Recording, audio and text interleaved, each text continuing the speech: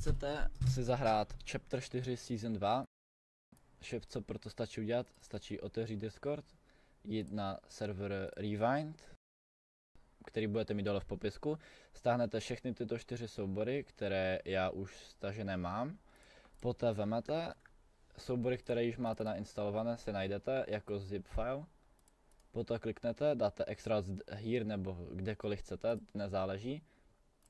Poté co to uděláte a budete to mít hotové, otevřete Rewind Launcher, který budete mít v popisku. Ten sám takto zapne, možná to po vás bude chtít autorizaci Discordem, je to safe, mám to tady taky. Jo, je to úplně v pohodě.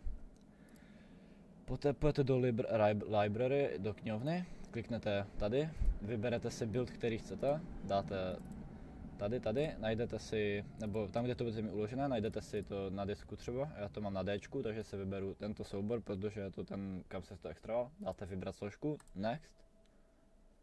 Poté si to dáte do knihovny, já už to tu mám, takže se mi to tu udělá dvakrát, jednou si to můžu jakoby odebrat, nebo nechám si to tady. Poté už pouze půjdete, kliknete launch a zapnete se do hry. Není na tom nic složitého, je to bezpečné, na serveru mají teď 6000 lidí, roste to, takže není tam žádný problém, doufám, že si to užijete a teď už stačí pouze počkat.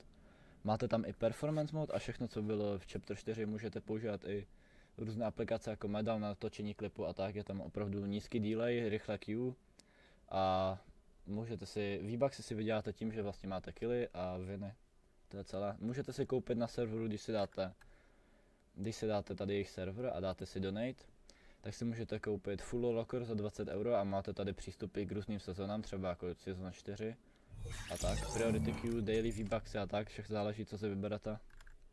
Tak a nyní jsme ve hře a tady už akorát vybereme late game arény, brzo bude i kreativ a ostatní herní mody, máte tu i item shop za V-Bucksy. Nejsou tu přemrštěné ceny jako na retracku, takže stačí pouze vybrat a můžete jít rovnou hrát. Teď vám tady dám klip ze hry.